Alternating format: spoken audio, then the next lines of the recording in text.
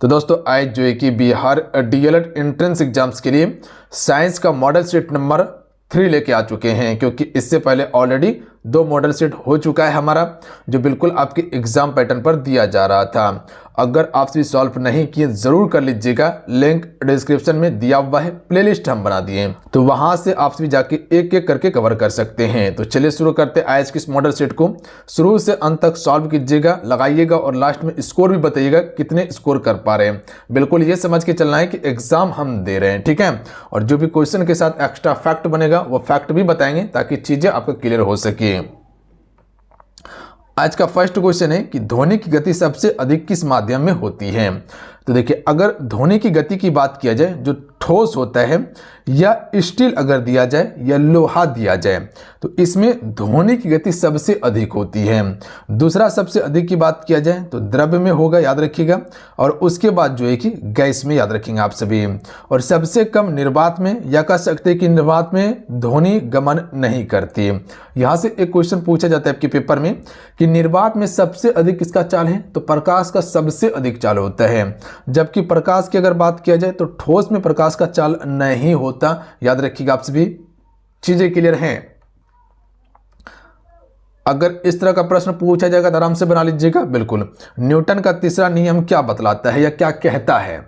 पहला नियम से हमको जड़त्व का पता चलता है, या कहा जाता है कि संसार में जितने वस्तु हैं जिस अवस्था में है उसी अवस्था में रहेगा जब तक इस पे कोई हम बाहरी बल ना लगाए। मान लीजिए कि एक पेड़ धरा हुआ है, तो जिस अवस्था में उसी अवस्था में रहेगा जब तक इसमें हम कोई बाहरी बल ना लगाएं। बाहरी बल लगाएंगे तो ये अपना स्थिति चेंज कर देगा। तो ये न्यूटन का पहला नियम कहता है। जबकि तीसरा नियम क्या कहता है, क्रिया टू प्रतिक्रिया, याद रखिएगा विपरीत प्रतिक्रिया होता है। जैसे कि अगर एक थप आपको कोई मारता है, तो अगर आपके पास क्षमता होगा तो तुरंत रिएक्शन दिखा के पड़ाक थप घुमा के दीजिएगा। आप बोलिए दीजिएगा ना, बिल्कुल दीजिएगा। तो वही होता है क्रिया टू प्रतिक्रिया। ऑप्शन नंबर क्या हो जाएगा, बी करेक्ट आंसर हो जाएगा। विपरीत प्रतिक्रिया होता है। जैसे मान लीजिए कि एक तालाब में नाव तैर रहा है, ठीक है। इसमें नाव से कोई व्यक्ति अगर किनारे पे उतरता है तो नाव देखिएगा पीछे हटक जाता है। बात समझे, बिल्कुल समझे। या घोड़ा गाड़ी जो देखते हैं टमटम को, उससे देखिएगा अगर आगे कोई व्यक्ति उतरता है तो टमटम पीछे चल जाता है। तो ये न्यूटन का तीसरा नियम बताता है हमें। अगला क्वेश्चन है कि जल का रासायनिक सूत्र क्या होता है। बिल्कुल आसान प्रश्न है, आराम से बना सकते हैं आप सभी। H2O बिल्कुल करेक्ट आंसर हो जाएगा, जिसमें कह सकते हैं कि जो आपका हाइड्रोजन होता है, लिख लीजिएगा आप सभी। प्रश्न ये पूछा जा चुका है और ये सभी प्रश्न जो है पूछने की प्रबल संभावना होता है। हाइड्रोजन और ऑक्सीजन का अनुपात पूछ लिया जाता है कभी कभी, तो आप सभी क्या बता सकते हैं। हाइड्रोजन और ऑक्सीजन का अनुपात कितना होता है, 2:1 में होता है। तो याद रखिएगा जल में हाइड्रोजन 2 होता है और ऑक्सीजन 1 होता है। तो प्रश्न बनता है, याद रखिएगा। अगला क्वेश्चन देख लीजिएगा, पीतल किसका मिश्र धातु है। देखिए, जितने भी मेरे साथ में अभी जुड़े हुए हैं आप सभी वीडियो को लाइक जरूर कर दीजिएगा। नीचे आपको एक अंगूठा का बटन मिलेगा, उसे ज़रूर दबा लीजिएगा। अगर आज का वीडियो जरा सा भी आपको लग रहा है कि हाँ मेरे लिए हेल्पफुल है और मेरे लिए स्पेशल ये वीडियो तैयार किया गया है, तो ज़रूर इसे लाइक कर दीजिएगा। साइड में आपको व्हाइट कलर में सब्सक्राइब बटन दिखाई देता होगा, उसको दबा के ऑल नोटिफिकेशन को ऑन कर लीजिएगा। जब उसको दबाइएगा तो ऊपर में एक घंटी बनकर आएगा, उसका ऑल नोटिफिकेशन 2 एरो वाला क्लिक कर लीजिएगा, ताकि जब भी क्लास हो नोटिफिकेशन आपको प्राप्त हो जाए। तो देखिए, पीतल जो होता है ये आपका तांबा और उसके बाद जस्ता का मिश्र धातु होता है। तो ऑप्शन नंबर 1 करेक्ट आंसर हो जाएगा। अगर क्वेश्चन पूछा जाए तो आंसर कर लीजिएगा। और पीतल का उपयोग किसमें करते हैं, सजावटी वस्तु बनाने के लिए या वाद्य यंत्रों में भी इसका प्रयोग किया जाता है। अगला क्वेश्चन है कि मानव शरीर में सबसे बड़ी ग्रंथि कौन सी है। तो देखिए, मानव शरीर की सबसे बड़ी ग्रंथि की बात किया जाए तो यकृत हो जाएगा, जिसे हम सभी लीवर कहते हैं। ये सबसे बड़ी ग्रंथि होती है और यहीं से जो है कि आपका पित्त रस का भी क्या होता है, उत्पादन होता है। पित्त रस का उत्पादन होता है। थायराइड तो आप सभी को पता है कि जो गला में हो जाता है। अगला क्वेश्चन देख लीजिएगा, मानव शरीर में कितनी हड्डी होती है। नॉर्मल प्रश्न है, आराम से बना सकते हैं ये सभी प्रश्न को। 206 हड्डी होती है मानव शरीर में, याद रखिएगा आप सभी। बट ये तो नॉर्मल प्रश्न है जो पूछ लिया जाता है। अगर क्वेश्चन पूछा जाए कि जन्म के समय मानव शरीर में कितनी हड्डी है, जन्म के समय में, तो जन्म के समय में 300 हड्डी होती है और वयस्क होते होते आपका जो है कि हड्डी क्या होता है, टूट के खत्म हो जाता है।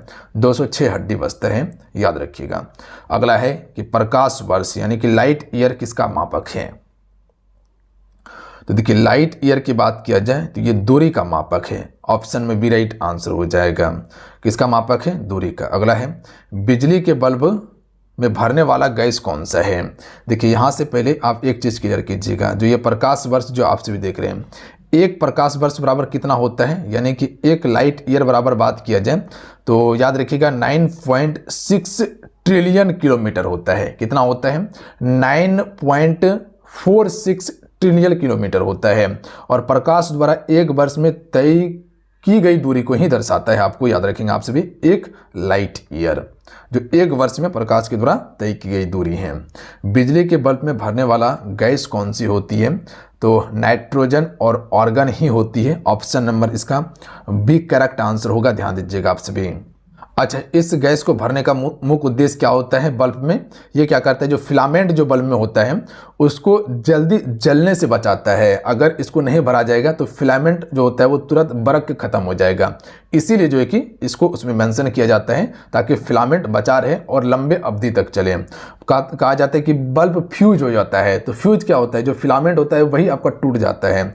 तो ये ऑर्गन नाइट्रोजन की कमी के कारण क्या होता है, वो टूटने लगता है, ध्यान दीजिएगा आप सभी। या कहते हैं कभी कभी गल जाता है, इसी कारण से इसका उपयोग करते हैं, जिससे बल्ब की उम्र बढ़ जाती है।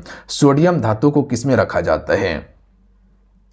देखिए सोडियम को हमेशा तेल में रखा जाता है, याद रखिएगा आप सभी। किसमें, तेल में रखा जाता है, क्योंकि सोडियम जो है ये अत्यधिक प्रतिक्रियाशील धातु होता है। याद रखिएगा आप सभी, अत्यधिक प्रतिक्रियाशील धातु है, जो कह सकते हैं कि हवा और पानी में, जो हवा है और उसके बाद जो पानी है, इसके संपर्क में अगर सोडियम को लाया जाए तो ये विस्फोट हो जाता है।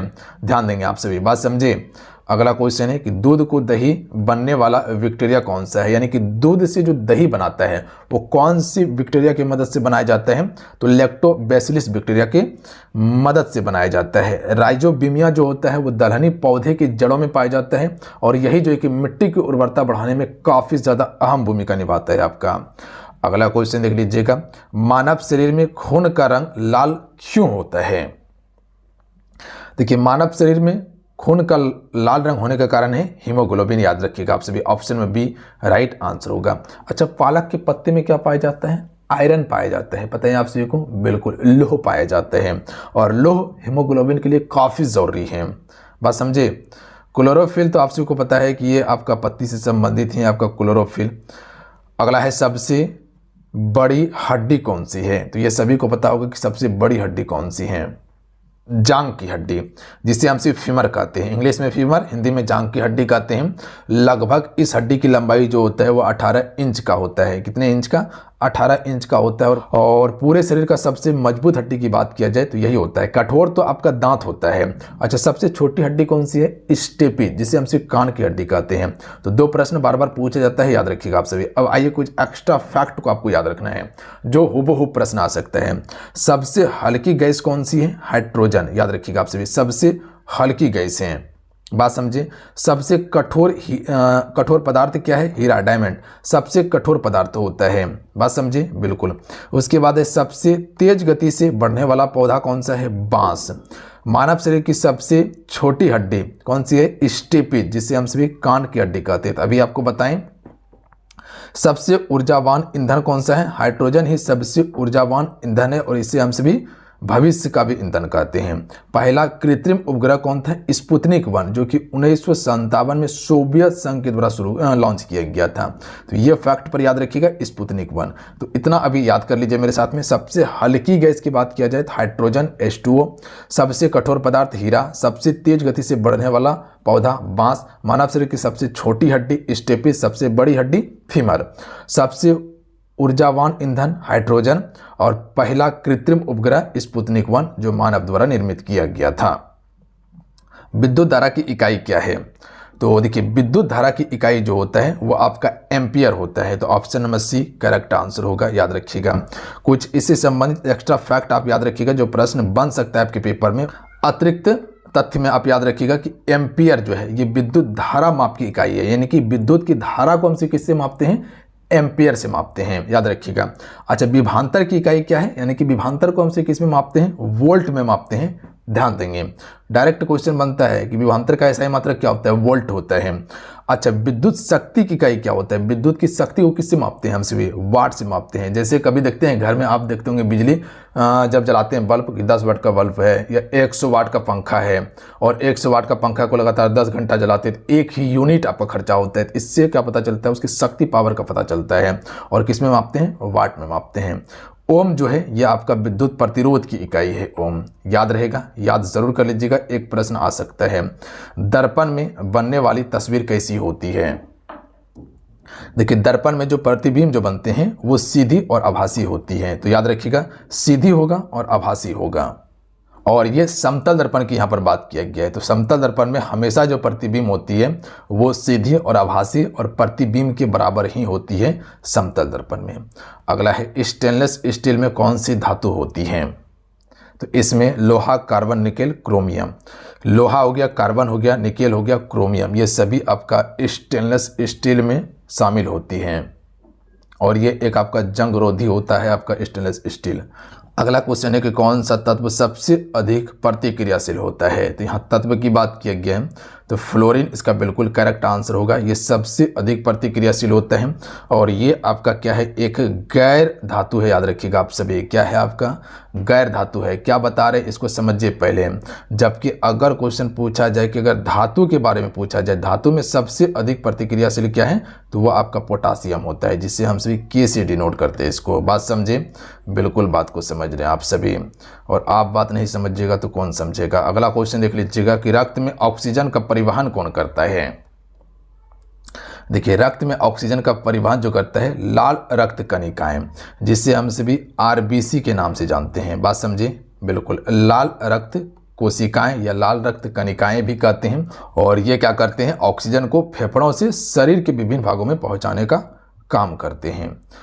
अगला क्वेश्चन देख लीजिएगा। क्वेश्चन है कि मानव हृदय में कुल कितने कक्ष होते हैं, तो देखिए मानव हृदय में कुल 4 कक्ष होते हैं। 2 आपका आलिंद और 2 आपका क्या होता है, निलय होता है।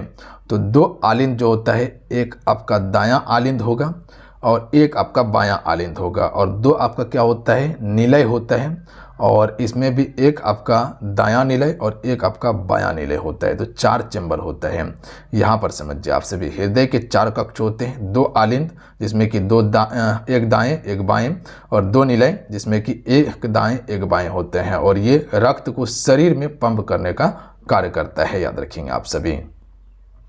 अब कुछ इंपॉर्टेंट फैक्ट समझिएगा। सबसे हल्की धातु क्या है, लिथियम, इसे Li कहते हैं।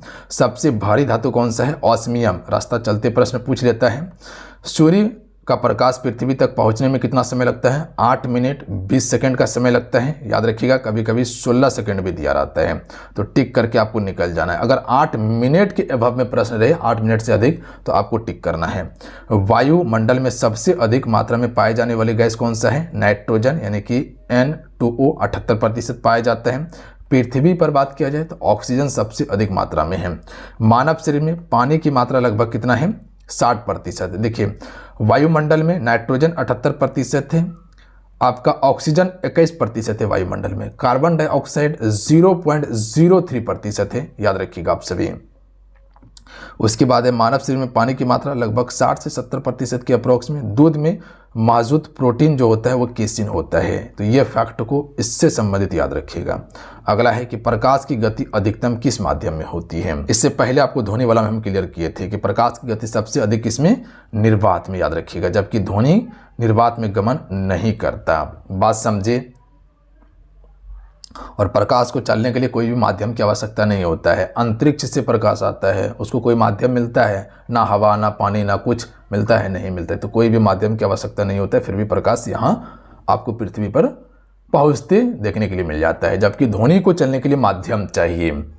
बात समझ रहे हैं। देखिएगा, सुबह के समय में ध्वनि का साउंड कम होता है, यानी कि कह सकते हैं कि ज़्यादा दूर तक ध्वनि नहीं सुन पाइएगा सुबह के समय में, या मॉर्निंग के समय में कह सकते हैं, या दिन के समय में कह सकते हैं।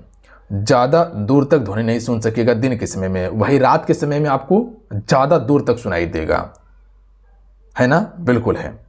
ठीक है, अगला क्वेश्चन देख लीजिएगा, कौन सा बल वस्तु को गोलाकार पथ पर घुमाने के लिए उत्तरदायी होता है? अभिकेंद्रीय बल इसका बिल्कुल करेक्ट आंसर होगा। अब केंद्रीय नहीं होगा, अभिकेंद्रीय बल। अभिकेंद्रीय बल जो होता है किसी भी वस्तु को वृत्ता मार्ग पर घुमाने के लिए जो है कि सक्षम होता है। अगला है कि कौन सा अम्ल चींटी के डंक में पाया जाता है? तो चींटी के डंक में जो होता है फार्मिक अम्ल होता है। क्या होता है?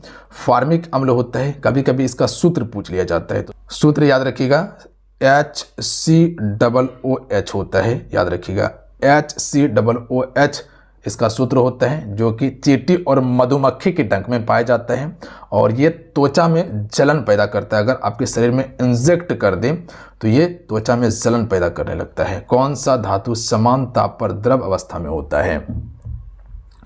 पारा जो है ये समान ताप पर द्रव अवस्था में ही पाया जाता है, जबकि ब्रोमीन की बात किया जाए तो वो क्या है, आपका अधातु है और वो भी आपका द्रव अवस्था में होता है। अगला है कि मनुष्य में सबसे बड़ी अंतःस्रावी ग्रंथि कौन सी है?